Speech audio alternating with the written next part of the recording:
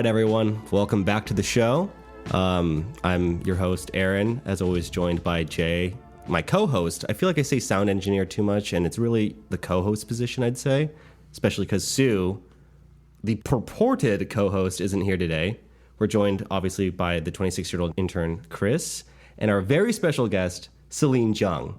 Hello. Seline, I'm so excited. I'm so excited to have you on this podcast. Yeah. We have talked about doing a podcast episode or just doing podcasting in general for so long. I know. So this is our trial run just to see how, this goes. Okay, these are like tryouts.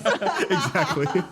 But maybe give our listeners a little introduction, maybe how we know each other. And just your brief background. Yeah, so Aaron and I know each other actually quite recently. I think we've only known each other for 2 years now, which is crazy because Aaron knows literally everybody I know. Right. Like, I don't know how we never crossed paths. We literally just never met for some reason. Yeah. But I grew up with your cousins. Right. My whole entire life, and then always heard about you.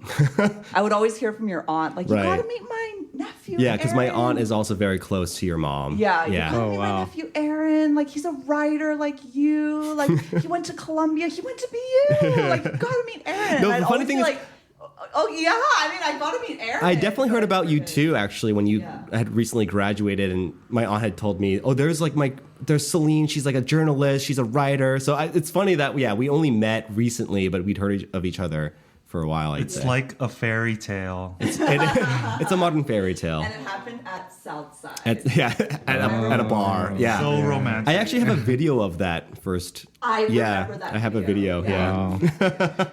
It's also funny because Sels and I have talked so much about doing our own podcast together, or podcasting in general, because we do have very in-depth, fun conversations, I'd say. And because we don't agree on everything necessarily, but we have a common base of knowledge, I'd say. We've read a good amount. We have similar interests.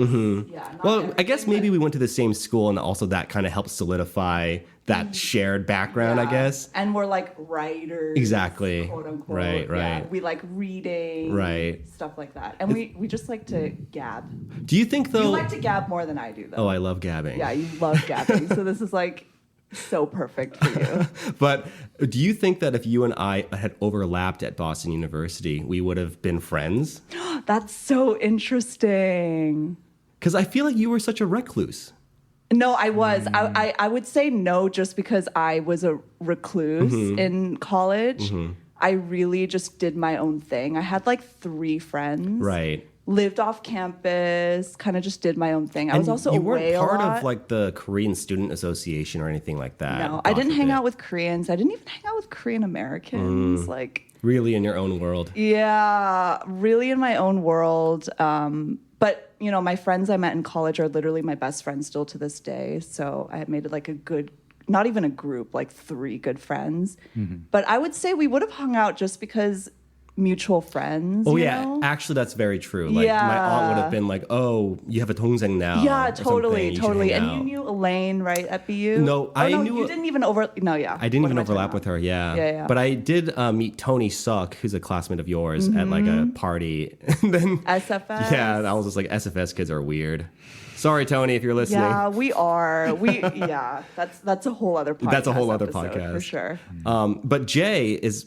Ironically, the 32-year-old co-host is a student right now. He's the only student in this room. Oh, wow. Yeah. Except for the intern who's finishing his degree. I just realized. But Jay, you are taking classes right now. Where are you taking your classes again? Yeah, I'd say student is a bit of a stretch, but I'm taking Korean classes at Sogang University. Sogang, it's still a good school. Sogang, guys, it's a good school. My best friend did that exact program that you're doing now. She loved it. Yeah, I think in terms of Korean language programs, it's probably one of the top ones just because they focus more on speaking as opposed to grammar and writing. Like conversation. Right. They're encouraging you to speak Korean better. And Jay, your you have to practice a lot. Definitely improved a lot too. Has it really? Thank you. I hope so. Yeah, I try to use it as much as I can. Yeah, for sure. But yeah, I haven't been a student for 9 years, so going back into that mode of having to study is I am just not used to it. But I don't know that I was ever used to it or ever did it well. Well, because you just took your midterm today. I took my final today. Oh shit! Your final? Yeah, we had three separate finals. One was a written test, one was the grammar listening test, fuck. and then today was the final, which was a 15-minute interview where a teacher just talks to me and then checks if I know my stuff. Oh wow! I feel like throwing It's up. literally just thinking a about conversation. It. Yeah. Can you pass this conversation? No, I remember Yeah. doing that for French class. I would like want to die every time. Like Word. so. Like a recitation. So how did you do? How do you think you did? I don't know. I haven't checked yet. I got a text from one of the classmates saying that the grades are actually out. Okay. Oh my god. Well, Jay, Yeah. you got to pull that up right now, and then Yeah, let's, do it now. let's see. Yeah, so I'll check it. Be vulnerable for us. It's good content. Yeah, Jay. Well, while Jay is trying to pull up this grade, and we wait with bated breath, what was it? Were you guys generally good students at school? Because I took a Korean class in college, and I fucking sucked at it, and the teacher hated me. She assumed that I was one of those kyopos who grew Did up you take speaking that for your Korean. language credit? I did at BU. Mhm. Yeah, I passed out of that, so I didn't have to do a language class. I'm so Thank jealous. the Lord. I took Korean 1, 2, and 3 after having lived in Korea for 15 years. Love it. We And, love to see it.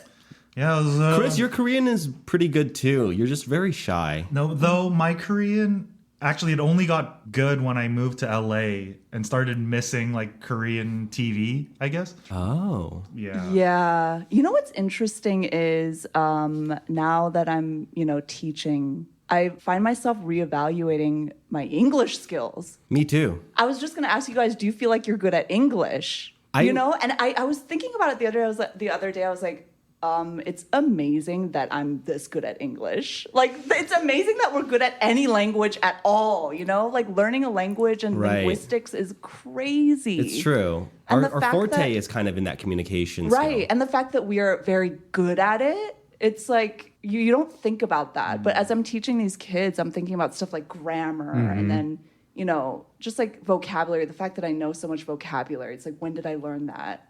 When did I learn these? You're an I don't know. expert in like the English language. Yeah. Yeah, it's weird to think. Yeah, this is a weird rant. No. I Yeah, totally agree. though. Totally. Sometimes I'll hang out with a Korean friend who is like trying to learn English, and then they'll ask me a question like, "What's the difference between who and whom?"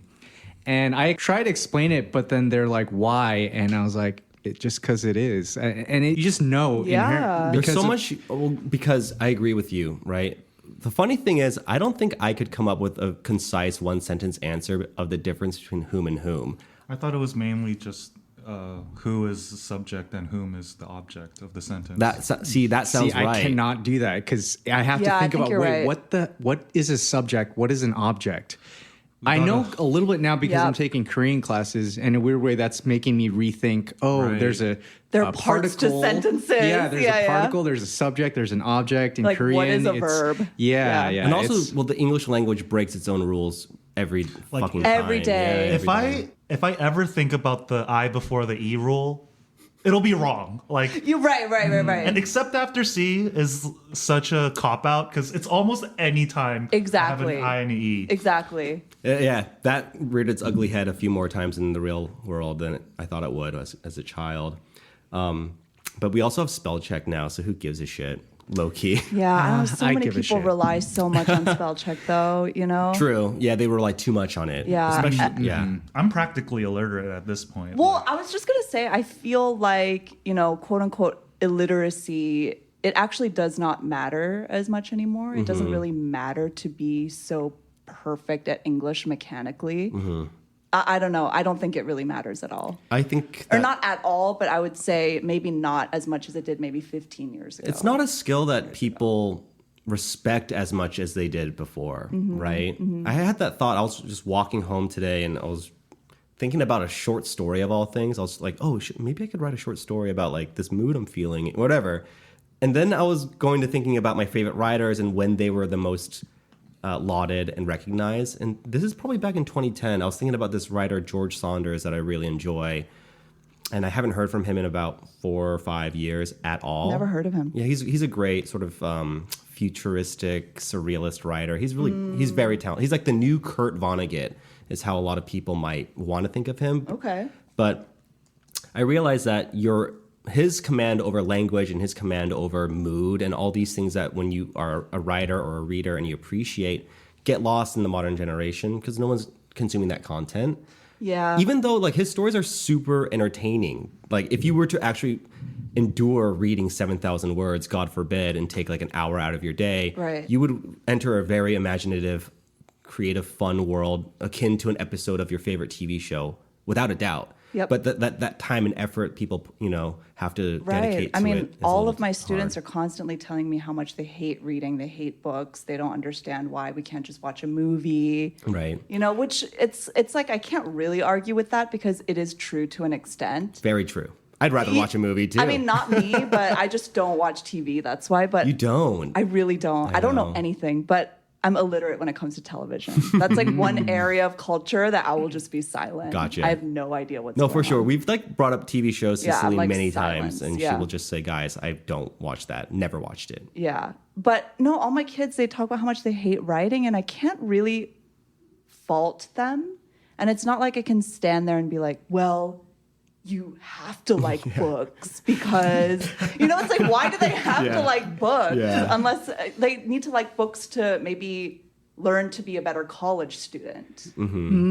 I do think that it's important because, like you said, illiteracy is getting less important, which I agree to an extent. However, from like working in a company and just seeing people's emails, it's really just mind-boggling. It totally is. Amount of incompetence is out there. It totally is. Frustrates me. My question for you would be, does it even matter? It does. To me, it matters a lot. But to you, it matters. But I also think if you want to, climb the ladder, so to speak, then I think it does matter because they're not going to promote you if you can't form complete sentences. And I don't know. It's so frustrating. And I'm not like a great writer, but I think that I can clearly and concisely get to the point and be grammatically correct. I think what it comes down to is communication. Most people just suck at communicating verbally and emotionally, but oh my gosh, what's the word for written? Verbally Writtenly. Writtenly. I'm like put on the spot. I'm like, I really should know this word. We're good at English. Most people just suck at communication in general, but I feel like that's the skill, right? It's like you just need to be a good communicator. Yes, that's true. And some people can do that without proper grammar. But it feels also like Jay is a little judgy of a person too. Jay, you are. Jay has these laws in his head where he'll be like, okay, like I'm judging you, bro. Really? It's because I get so frustrated. This is examples from work and from school. And these people that I'm referring to, who I will never name, they can speak perfectly. They can communicate in the spoken language just fine, but when it comes to oral versus verbal, written, right? Yeah. It's to me, I don't know. I think it's kind of unacceptable, and this is coming from someone who, like, I went to a state school. I was not academic. You hold them all. to a higher standard.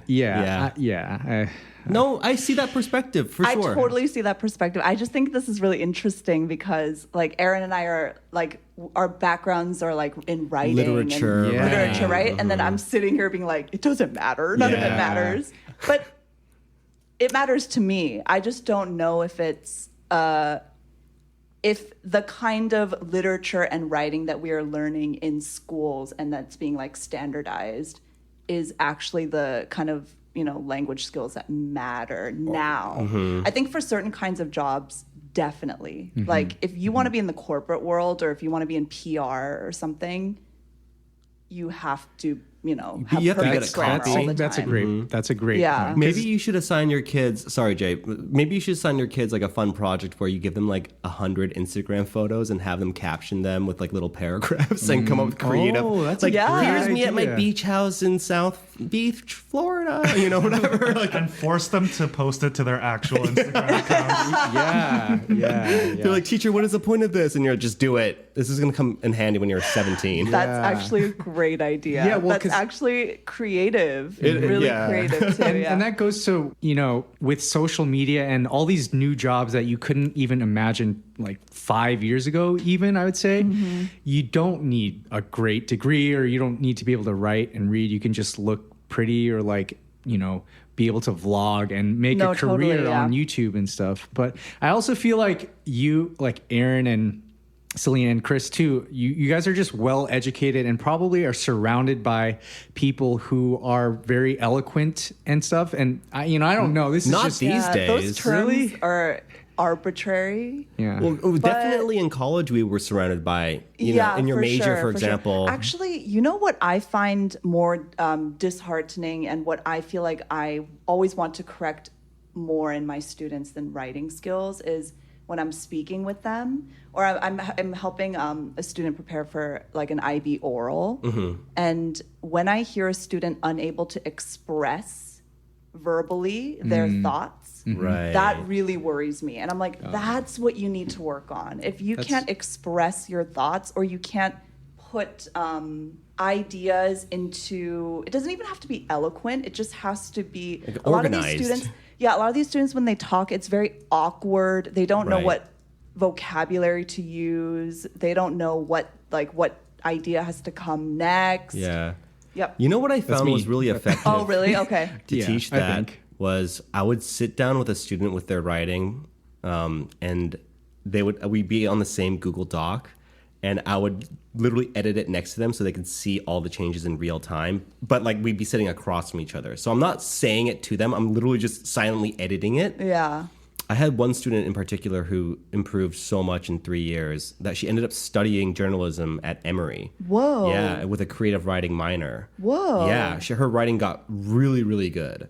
So now I'm working with her little brother, and I'm trying to do the same thing, but it's just maybe with her head, the way her brain works, Yeah, and she's seeing yeah. the changes in front of her. But it helped her learn all these words, sentence constructions, Interesting. yeah, I kind of actually did that figurative with a student language, today. stuff like that. And Yeah. I guess maybe she was just so hungry to learn it. She got so good at writing, but her brother, God bless him, it doesn't work the same way. It doesn't click. It doesn't click. Writing is also one of those things where if you have to have an interest in it. Reading as well. If you just don't have that natural interest in it, Yeah. it's hard to find it or develop it by the time you're in late high school, I feel like. Absolutely. I think. Yeah. Yeah. Well, definitely the part about reading we can circle back to later on. But Jay, real quick, did you pull up that grade? I did. And okay, either I didn't pass or it just didn't come out. Okay. Yeah, I really hope that it just hasn't come out yet. Jay, what did you talk about during your interview with your teacher? Well, they had a series of questions that, they asked. It starts with a 자기소개, which is introducing yourself and, how long have you been studying Korean and stuff like that. And I had kind of a little bit of a dialogue prepared. That's the easiest. That's the easiest True. stuff. Yeah, well, so I can talk comfortably, and I can, if they're going to ask me questions, I can just answer it because I have some level of basic Korean speaking skills. However, you're supposed to be cognizant or be mindful and use the grammar terms and That you learned over the semester. I found myself speaking and being like, oh, damn it, I should use 어떠니 here instead of what I actually used. Right. But I think hopefully it went well. Yeah, I really hope that it hasn't come Jay, out yet. I'm positive you passed, and this I is think a, so, too. a clerical error. Because you said your goal was to pass. Yeah. I think you made that goal. which, let's I be hope honest, so. is not setting yourself at a very high standard. That's okay. true. And I think that's pretty much the story of my life. Well, so Jay, have you always sort of been that kind of student that just wants to pass and doesn't go for like the big A plus? Yeah, I've never been a very good student, I would say. I was always in the AP classes and Okay. honor classes at school. Oh. What was your GPA, graduating high school GPA? It was like a 3.4 or Mine was a 3.3. I think mine was like a 3.5. Really? Yeah. So we weren't top of our class. Let's put it that way. guys. Yeah. I just, I was trying to study a couple nights ago for my test, and I had flashbacks of high school.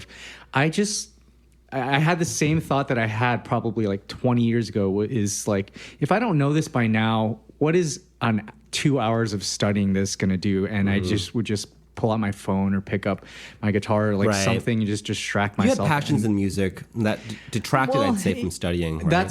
That's an excuse. But now that you're older, you realize that was an excuse. Right? Yeah.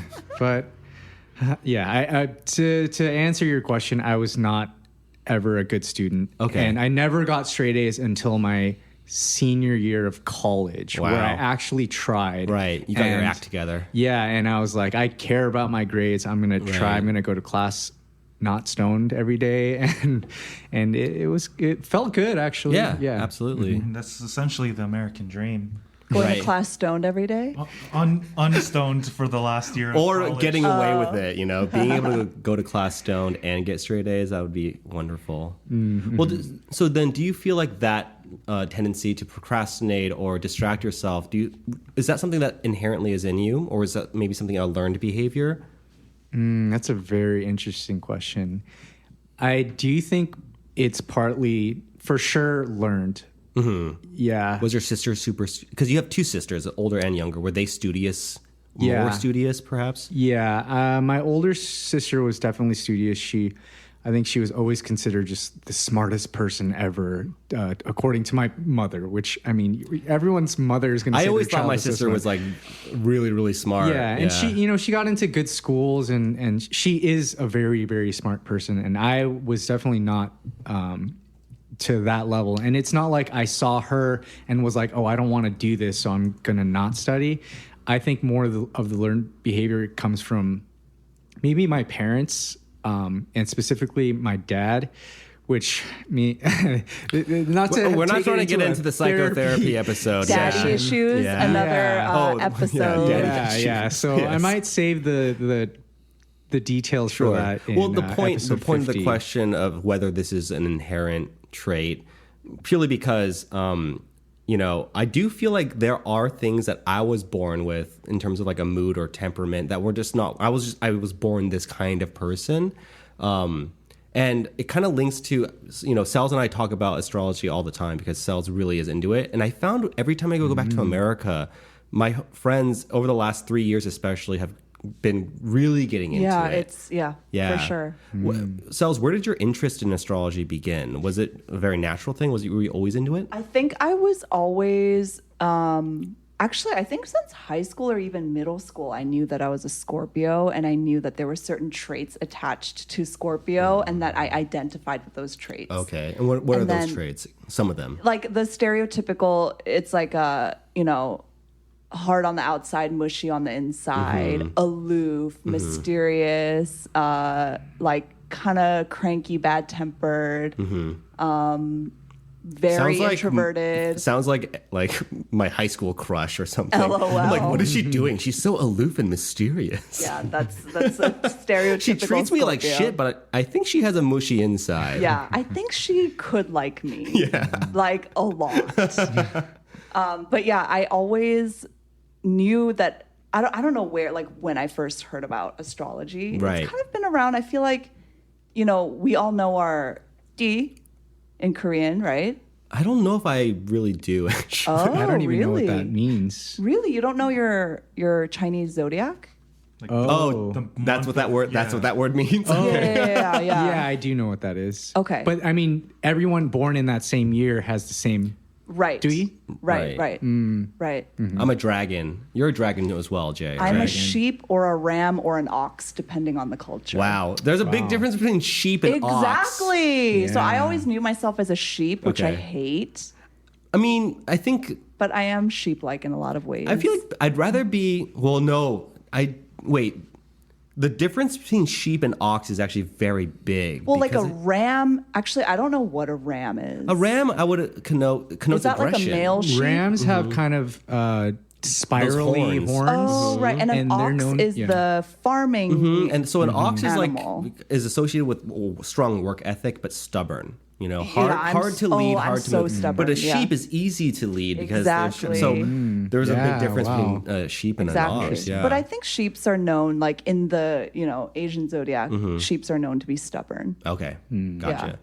So then, so you knew your three, right? Yes. And so then you I'm were like curious into about- that. I'm even into like name meanings. I always wow. knew like the meaning behind my name, and I was like, okay, like I'm into that. That's cool. Because I really do. Okay, same reason why I like astrology is the same reason why I will believe that your name determines your future in a lot of ways. It really, really does. That's so fascinating. But astrology has really just like blasted off in the last 5 years, I would say, among millennials, that at this point now, it's just become a meme, I feel like. It's fun. But, Yeah, it's fun. Yeah, but like tons of companies have been built around astrology, like modern day astrology and like astrological understanding. Do you read your horoscope like all the time? So I used to do it in magazines when I would read 17 magazine as Yeah. a kid. I'd always flip to the horoscope Oh, section God, and yeah. like check out what was going on with my life. Nothing, because I was 13 years old. They're like, like, what are you doing? It reads, "You will meet your lover tonight," and Yeah, you're like and 13. You're like, "What lover?" Passions ignited. Exactly. Get ready. You shouldn't have not been reading 17 magazine as a 13-year-old. I remember when that was so scandalous. 7 things you don't want your man to know you do. Or No, that's Cosmo. That's just cosmopolitan. That's where I really that's consume my astrology. for sure. Like sex astrology. Yeah, exactly. Yeah. You mean Yeah. porn. Yeah, porn. I mean, I don't think astrology means what you Yeah. think it means. Buddy. You mean porn? Yeah, and I think I just reinvigorated my interest for it just because there are a million apps for it now. Everybody's talking about Yeah. it, meme pages.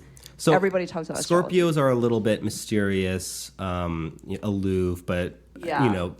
maybe are betraying a hidden, sentiment inside that they don't really reveal. Exactly. What do you know all the other signs very well, or No, so I only know. Okay, how many signs are there total? 12? This is math. 12. Is it really? Yeah, Is I it think 12? so. Okay, so I probably know maybe like 4 really well just because that's my circle. And then I know nothing about the other ones. Mm-hmm. Okay. So, and I don't care, TBH. okay? Which are the ones you know Yeah, about? who are you compatible with? Oh, Wait, good is that? question. I'm guessing is that those yeah, are the ones? Yeah, totally. I know who I am compatible with, and I know who I'm not compatible Ooh. with. So I am compatible with other Scorpios. Uh-huh. 2 of my best friends are Scorpios. One from college, one from since childhood, and then Cancers rule my life. I think interesting. Cancers rule my life. Actually, if I were to You name get one. along with them. Yeah, and I'm always attracted to them. They're attracted to me. It's actually, in terms of compatibility, if you just look up like Scorpio compatibility, It's like Cancer's always number 1. Cancer and Pisces. Right. Yeah. I know Pisces are compatible with Scorpios. They're the 2 most highly compatible signs. And with Pisces Scorpio. are very compatible with Cancer. Yes. So all the water signs. water are just, signs, Yeah, should just yeah. be like banging in a river somewhere. LOL. Yeah. Fish. Yeah. And scorpions. Exactly. We all want to swim upstream, if you catch my drift. Don't really know what that means. I don't know what that means either. yeah, I'm gonna need you to break that one down. In any case, so you know the water signs very well. I know the water signs. Jay, yeah. you're Leo. Yes, Leo. I'm an early Leo, so looking more into the whole horoscope thing, I actually am a Cancer cusp. Yeah, some people really Oh, I think that see. matters. Yeah, and some, because Yeah, some real dumb people Yeah, very think that dismissive. matters. not Celine clearly. That was sarcasm that came out not. I didn't mean to be. Wait, so make it can't sound be like that's sarcastic. bullshit when we're talking about how the stars are dictating our destinies. No. But your belief in that part of it is bullshit. No, I believe it. Yeah, well, because No, I do I'd say too, yeah. if I tell people who might be really into astrology that I am a Leo, they'd be like, "Oh, really?" But it's all about your moon. Then you tell them I'm on the cusp. Yeah, and they'd be like, Yeah. "Oh, right. yeah." Because Leos They are known to understand be you a like bit more. leaders, right? Something Yeah. like that. So I know Leos only because since knowing Cindy, our friend Cindy, Right. who's a Leo, and she loves astrology, and she says she's a stereotypical Leo. And then, through her, I know a little bit more about the Learn more sign. about it. Mhm. But Leos are the most narcissistic, needs attention all the time.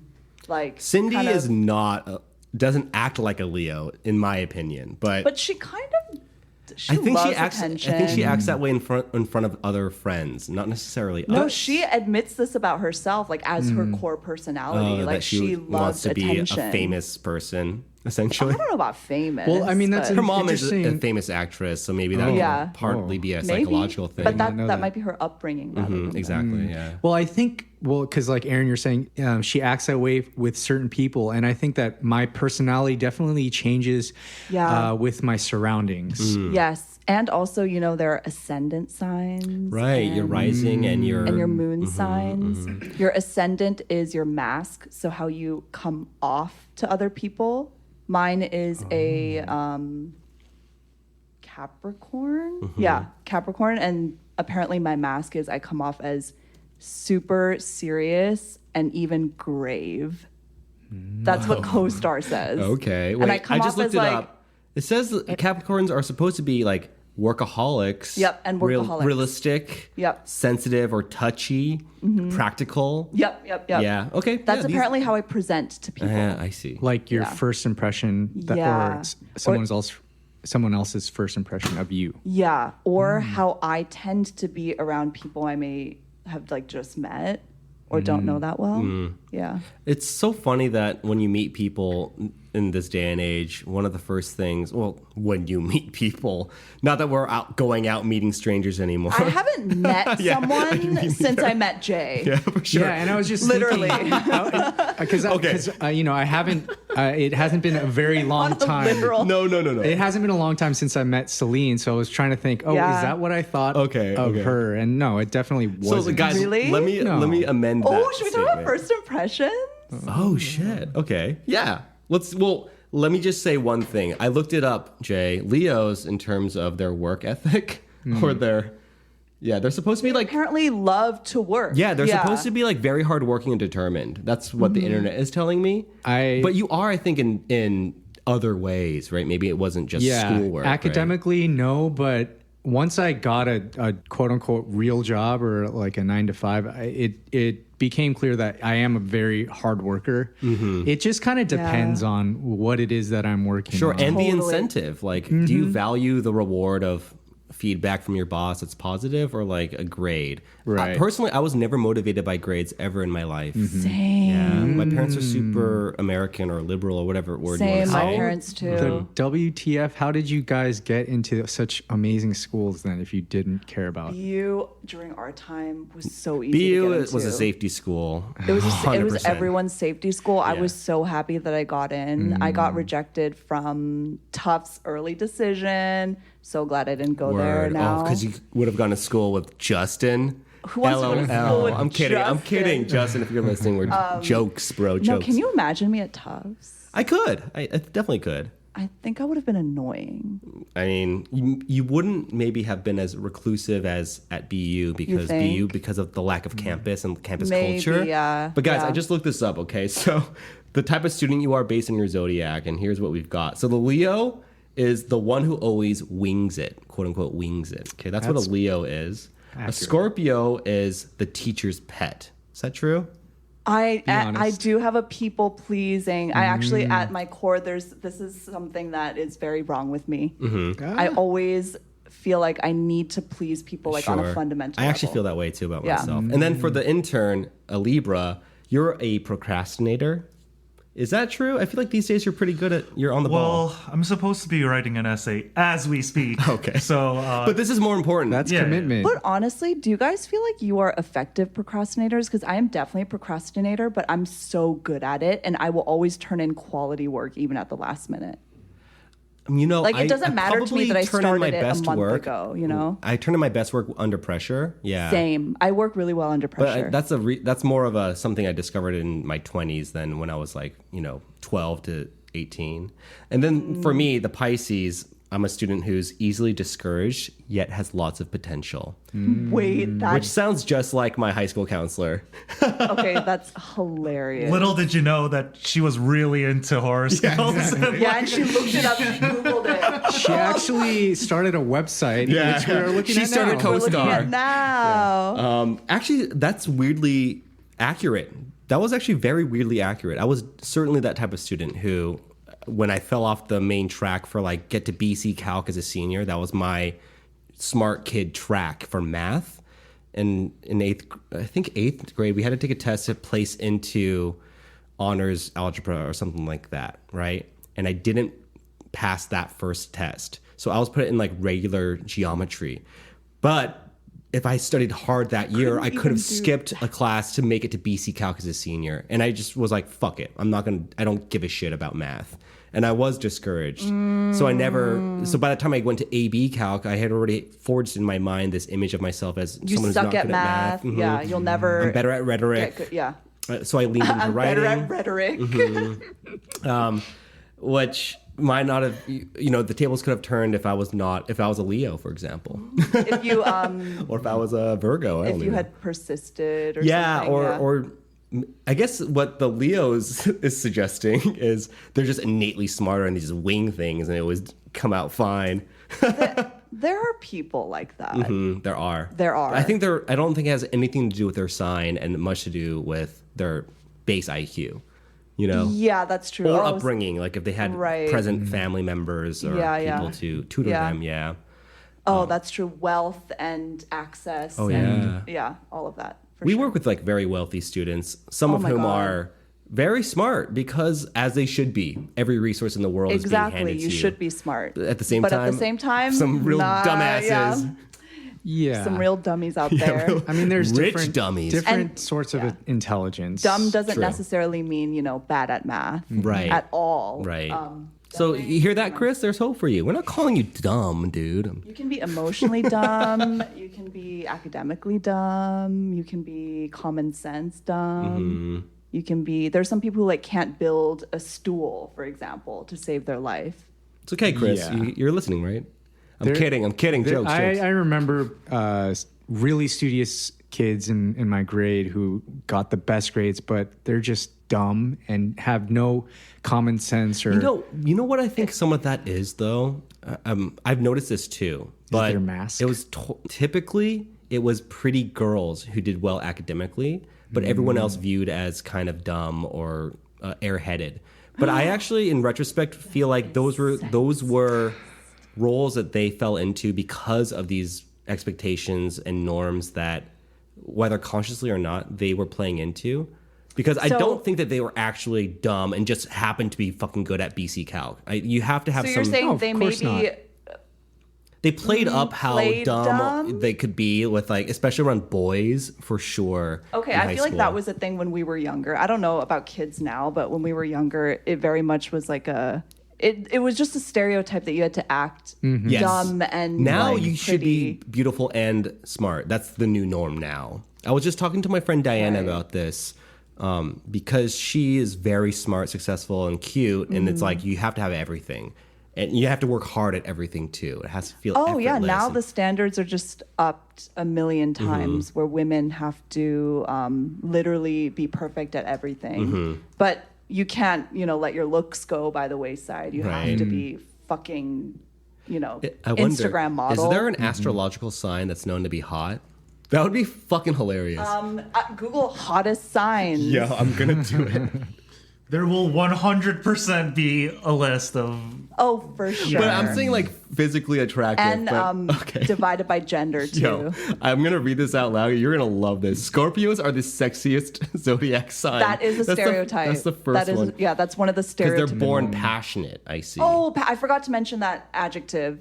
Passionate is always in Scorpio descriptions. Yeah. It holds water that Scorpios are the sexiest. Hottest celebrities like Leonardo DiCaprio, Ryan Gosling, Ciara, and Katy Perry. I hate it when they give examples of real life celebrities. I'm like, what am I supposed to do with this information? That means nothing. Yeah. Okay, next up is Leos. Leos are the sexiest, the second sexiest, and so then it's Pisces. What's up? Oh my god! Okay. Then Aries, who are known to be enthusiastic. I don't know anything about Aries. So they're intense, sometimes impetuous or kind of rude.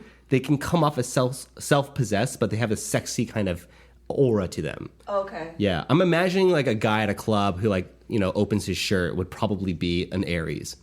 That sounds so hot. A guy at a club just opening his shirt. Not even unbuttoning. So He has a hinge and he just opens his shirt. Intern, can you look up when Aries were born? I'm going to read the rest of it. Then it's Virgo next, who are sensual and dominant. Then it's Cancers, who are appealing and captivating. Yes. And then Libras are in last for the 7th spot, deeply associated with sexuality. They're charming, but they're clinging when they're in love. That's funny. That's definitely the intern. But yeah, Aries are born between March 21st and April 20th. Oh, wow. They're the sign right after Pisces. Oh, they are. Yeah. That is so funny. Definitely like my hottest friend is in Aries. That's hilarious. And Really? Yeah, I'm just putting it together. Yeah. Damn. So that one example means it's true. No, Yeah. because he's my only May-born friend that I can think of. Yeah. I don't think Or no, April. I'm sorry. Yeah, he's April. That's crazy. Based on this, I am on the cusp of being the second most attractive thing, as well as appealing and captivating. Yeah. So Well, So we've you are. got 4 hotties in the room. Basically, what that list said was, yeah, everyone's Yeah. attractive. All right, take in off your their own clothes. way. yeah. Yeah. Let me unbutton Aaron. my shirt. A couple We'll be right buttons. back We're not after in a this. club yet. We'll never be in a club again. Yeah. Well, actually, with that said, guys, let's take a break for a word from our sponsors. We'll be right back. 테라 맥주 진짜 맛있어. Oh, all right, guys, welcome back. So, we were just kind of talking about compatibility between signs and what makes someone, I guess, alluring or sexually attractive.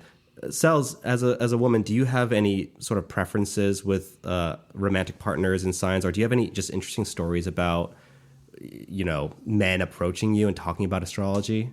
Yeah, it's interesting because I feel like astrology is for women and queer people. Right. I feel like straight men either completely dismiss it or they don't know anything about it, which is fine. But, it's... I did not know anything about it until relatively recently. Yeah, most straight men just don't care about it. Yeah, It's and even it's some not gay a- men, case in point. But I think, it's really interesting because I don't know about you guys, but when I first meet somebody, I am not myself when I first meet somebody. Never. That whole be yourself thing, even on a first date. Yeah. How is that possible? I'm the least myself on a first date. That's actually such a good point.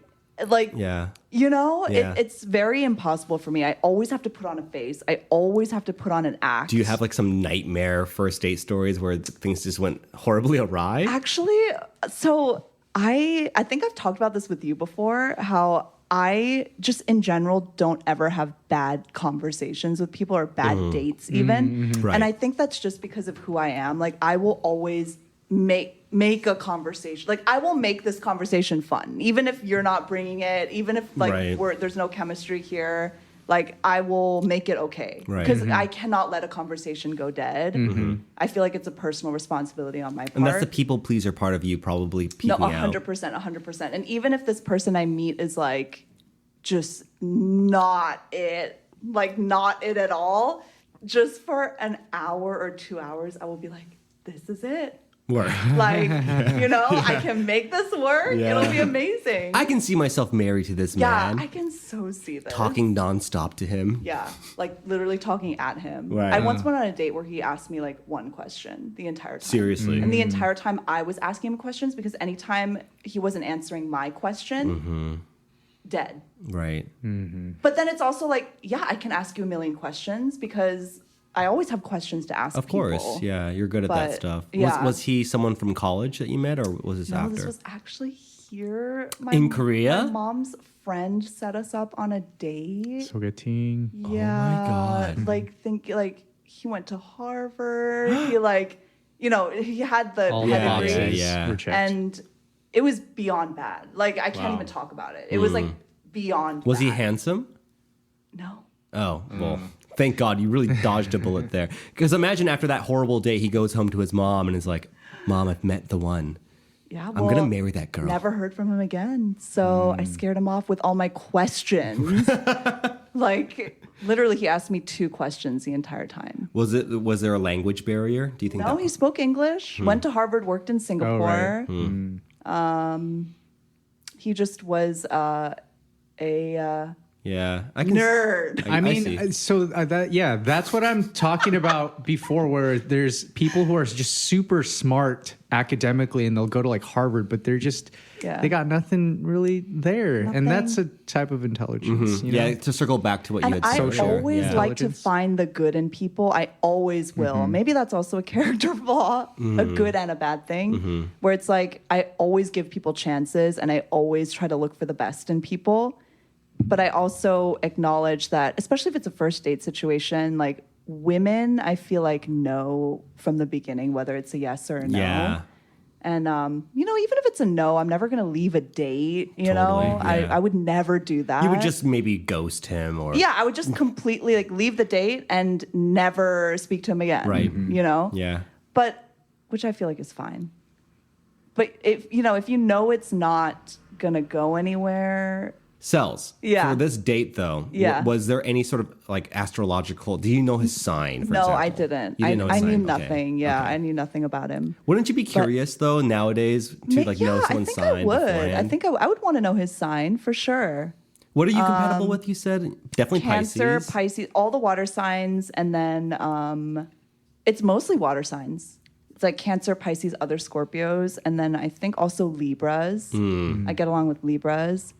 Scorpios stereotypically do not get along with air signs. Interesting. Libras get along with Geminis romantically. That's what this says. Oh, okay. It's all about an intellectual connection. Yeah. What was your ex-girlfriend a Gemini? You're a Libra, right? No, you're a Leo. Leo. Sorry. My ex-girlfriend was in middle March, which is... So that's I a think Pisces? Pisces, yeah. Okay. So was Yeah. she like very sensitive and idealistic? Yeah. Sensitive, idealistic, a people pleaser, a water Yeah. sign, Yeah. right? Yep. Yeah. And that's where I learned most of my astrology is through her. Yeah. Yeah. You know what's interesting is, I mean, not to change the topic too much, but her Myers-Briggs sign or her Myers-Briggs is an ENFJ. Oh, okay. I'm INFJ. I'm an ENFJ. Oh, yeah. And so what I found is some other people that I've gone on dates with, I've found out that they are also an ENFJ. And so I wonder if there's like a... What's yours? You said I'm an ISFP. ISFP. Intern, what's yours? I'm an INFP. So Okay. we're all something different. So I also hover between S and N. Wait, what do those letters I even don't know what mean? I those forget what they mean. mean. Introvert, extrovert, sensing, intuition, thinking, feeling, and perceiving, judging. And judgment. and judging. Yes. Right. Yeah. Yeah. Okay. I also have a friend, our mutual friend, Aaron, actually, D. She guessed mine correctly. Oh, That Dee is was crazy. obsessed. Yeah, Deanna was Yeah. obsessed with Myers-Briggs. Yeah. I've met people who are really obsessed where Yeah. they meet you and they try to guess. Yeah, and she was just pretty accurate. Yeah. I worked at a crazy. company where they made new employees take the test, quote unquote, for fun, just to like see how you'd work with your colleagues. In retrospect, at the time, I thought it was a waste of time. I was like, really? All right, it's going to take me an hour, but if you're paying me for this, like, I'll do it. Now I 100% believe that that's an important aspect of workflow. And when you put people in the same team or even the same area of the office, you want to make sure people can communicate and get along with the people Yeah. around them. It's actually very important. course. So Communication Yeah, is if I were to key. start like a company, I would Right. certainly, maybe tongue in cheek, but I'd be like, take your fucking test. Because we're not putting two ENFJs next to each other. They're going to stop, then they'll never stop talking. And also, it's like that sign, that meme of the guy at the computer, and he has a sign on his back. He's like, "Please do not talk to me because I will talk to you Yeah, for nonstop 2 and not hours." get any work done." Exactly. But I feel like the Myers-Briggs test is just such an easy, like, low-hanging fruit way to Right. assess people. Right. Because you really only get to know all of that after knowing somebody for, 5+ years. Well, there so are you just 12 get it in a list. Like, There are this 12 person is- zodiac signs, and there are 16 16 permutations. Right. Right. of Right. Myers-Briggs. Which doesn't feel like enough, options for the planet. You when would think, but about I it. feel like 16 is actually, Yeah, yeah. a 16 different like archetypes of people, maybe. Yeah. right. That's actually a lot if you Yeah, think about it. I used to disagree. think I don't that. think that's a lot at all. Really? I think it's a lot. However, I also really believe human beings, just as an animal, were multidimensional and contradictory. So we all have many different things within ourselves. We do things that don't make any sense. We, Yeah, because we can't discount just the sheer fact of your hidden history and the part of you that literally no one has ever seen or will ever see. That's hidden deep inside you. I mean, we can get into so it's so funny because, Myers-Briggs is a psychological thing. Right. And I remember I got an A+ in AP Psych in high school. I did too, or IB. IB higher level. Which is great psychology. for you because at your school, Psych was a really hard course at SFS. It was IB higher level, it's very or difficult. I took the higher level IB. Yeah. So it's it's considered, it's a college level really hard. psych course. Yeah. I loved it. I loved my class I feel too, like I could have been a psych major. But my teacher was, I only got an A+ because our teacher just was not present during our exams ever. So the way it goes, Dr. Bear is this very renowned Stanford-affiliated professor / researcher who had worked with Philip Zimbardo on the prison experiment. So that's his clout. He's way more accomplished than any teacher at my high school. Yeah. So he's just like, whatever, in his retirement years maybe, teaching AP Psych. He was a great teacher. So charismatic, so kind, just old, smart, good at lecturing. But every exam period, every time, he would just leave the classroom. And he would leave in the most... Initially, it'd be like, I'll be right back. And he'd disappear for 15 minutes and then come back. And he would do this even when we were doing small group projects, like just talking at our tables. He would just leave. He'd always say, I'll be right back. So we had all these theories. Like, oh, Dr. Is this a long-running psychological experiment? At first, our theory was Dr. Aber has explosive diarrhea. Because we're 17-year-old punks, IBS. and we're like, this guy's going to the faculty lounge across campus to take a shit. But he has like explosive diarrhea, irritable bowel syndrome, because he leaves all the time. Then we conferred with everyone across all the classes, and we were like, oh, he apparently does this to every class. And so what is he doing? Okay, then we were also theorizing, is he just taking a smoke break? Does any of this make sense? Nothing made sense until we basically reached the conclusion that Dr. Aber had a hidden camera in the class or hidden microphones in the class and was doing a longitudinal study on cheating, adolescent cheating. I mean, do you guys feel like you were more or less inclined to cheat in that class when he was out of the classroom? 100%. There's no doubt. You would cheat. Yes. Interesting. Absolutely. And so maybe Dr. Aber will, maybe he will publish this, the Gun High School cheating experiment. Because or proved it correct. there is a psychological theory that they did at prisons where they found that if you have a watchtower in the prison and you give the prisoners more freedom, subconsciously they'll act more in line with what the guards would want. So it's the same thing when you have a CCTV camera that's not plugged into anything. Yep. But yeah, Dr. Aber, man, you're the fucking man. Never called me out. Never called any of us out. What am I saying? Literally A+ straight A valedictorian students were also just like, fuck it, we'll cheat. Why not? Isn't it interesting how you have some teachers who are like that and you just do not have no respect for them as a result. And then there are other teachers where they do act like that. Yeah, and we somehow loved they Aber. Yeah. command respect. Yeah. He was, because you know what? He wasn't an idiot. We knew that. That's what made it so confounding to us. That he was such a respected, smart, so he kind knew what he person. was doing. He Absolutely. knew what he was doing. Yeah. And this plays into the lore of the whole story. But what's the word for, those public schools in California, Jay? When they're not classrooms, they're like additional classrooms that have wheels on them. Do you know what I'm talking about? Yeah, I know exactly. You know exactly what I'm talking about. You're talking about. Yeah. So we were in the trailer park part of campus, living or getting taught in a portable classroom, and on the ceiling was this loose tile, like a styrofoam tile, and we were convinced that there was a camera in that loose tile because there was a small crack into like the ceiling. Which none of us had the balls to confirm whether there was a camera up there. Though many people speculated, like, of course he's putting a camera up there. Right. Yeah. Okay, So we'll see. we'll see. Some study's going to come out. Yeah. And you'll be a part of that. That would be hilarious if he had like an Asian American segment that he studied, especially, and was like, Oh my it turns God. out the These biggest. fuckers cheat the most. Yeah, I mean, they do. I'm not proud of it, but wow. I did my fair share of cheating in high school Yeah. for sure. Everyone did, except Yeah. for me. Because Sells was a Yeah. good girl. Just kidding. I just- definitely did. Yeah. For me, it was less the moral concern. It was just like, I always felt that I would be the one person who cheats once and then gets Well, caught. also like, cheating for some reason does not feel morally or ethically wrong.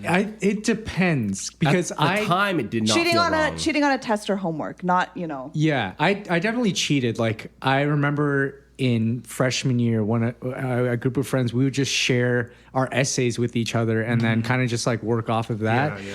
But I draw the line because I don't remember It's true, if he was yeah. a valedictorian, but he was definitely top 3 in our class and ended up going to Harvard. Really smart guy. But Oh, I think that's the guy that went on a date with Celine. Oh my god! My future husband.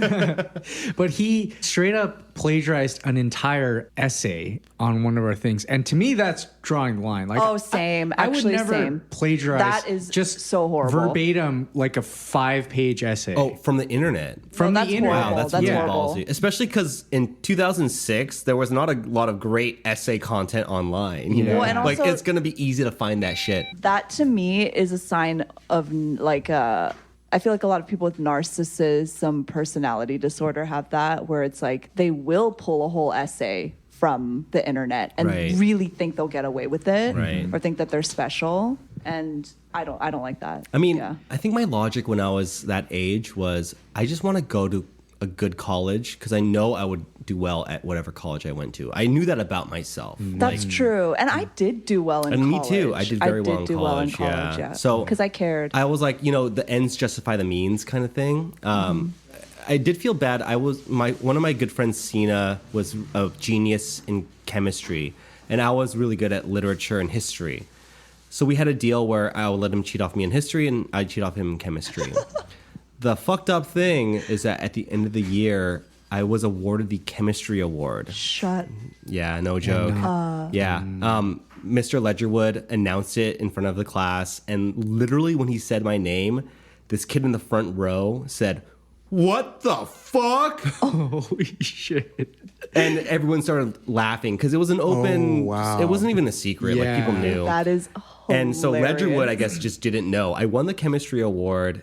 My friend Sina later basically pulled me aside and was like, I was really upset about that. Because I never even factored that into my head. I didn't want the award, so I didn't feel that he would be offended. But he was like, that's my award. I could put this on my college resume, all this stuff. And Yeah. I understood that, but at the same time, I was like, dude, I did not do anything in this class to deserve this award except cheat off you. But this is the clincher. When Ledgerwood announced who won the award, he said, there are 2 people that I was considering for this award, but the one I gave it to is one who never has to flout his knowledge openly, but is definitely a brilliant chemist. Wait, and then it was me. Aaron, that's like a fucked up story. It's a pretty Super fucked up fucked up, story. yeah. Yeah. That was what, like 14 years ago? Yeah. I'm okay. I mean, I did it. You know? the statute of limitations has. has expired. Yeah, and also like he ended up going to fucking, I don't even remember where he Yeah, went. he's fine. He went to a Yeah. great school. He's a lawyer now. Caltech or Yeah, some he's shit. fine. He's fine. We talked a lot about it though because he was a friend of mine in theater as well, and he wrote a play about someone who gets an accomplishment off the laurels of someone else's What work. in the world? And he had me read the draft. He was like, "I'm going to submit this for like this play competition at school," and I read it, and I was like, "Sina, I'm sorry. Like, I get it. You're pissed at me." And then we talked about it for sure. But in that play, it was like That's basically probably- it ends with the guy getting murdered by the other guy. So I was like, Sina, I know you want to kill me. Aaron. But let's be honest, he could have gotten the history award. Because Yeah, I that's got true, straight that's A's throughout true. history and English. He But could have gotten all also, that. that probably actually was a big trauma for him, because you know how things that happen to you in high school, they stay with you. Yeah. that probably is one of his things where he like It's funny. I remembers bring it that, up you know? all the time. I still talk to him and his wife Shirley, and Shirley knows this story. She knew this story before she even met me. Oh my god. Yeah, so that's to your point. Like, you know, she knew who I was. But it's definitely not a big deal anymore. I'm sure at the time Water under it the really bridge. fucked him up. But I'm saying Sina was just leagues ahead of me in everything. You know, he's this Iranian guy, smart immigrant, charismatic. And he was one of those kids at our school that I was lucky that he let me cheat off him. I think for him it was more of a point of pride, and which I understand as well. But I was like, hey man, look, I literally, it's not like I talked to Ledgerwood about my passion for chemistry or like I submitted your lab report. I literally just did the copy. I just would copy his standardized test, kind of, you know, the bubbles that you circle. Yeah. We had a system where he'd look at his exam at the end and be like, are my questions right? And he'd hold it in front of his face. And I sat behind him and I would literally just be like, B, D, C, A, B. Wow. Yeah. Yeah, I mean, you guys had an agreement. Yes. Yeah. Yeah, you had an agreement. That's true. And the contract stated that whoever won the chemistry award would not be You know, written about in a Sina is a lawyer now, so he would understand how a verbal contract works. Yeah. For real. All right, guys. Well, with that said, our food is actually here, and we should probably break bread and eat some dinner. Thank you, everyone who's listening to this podcast. And I obviously want to thank Jay and Chris, and especially our special guest, Seline, for joining us. Thank you. It was a great conversation. Thank you for having me. Of course. All right. We'll catch you in the next one, guys. Bye.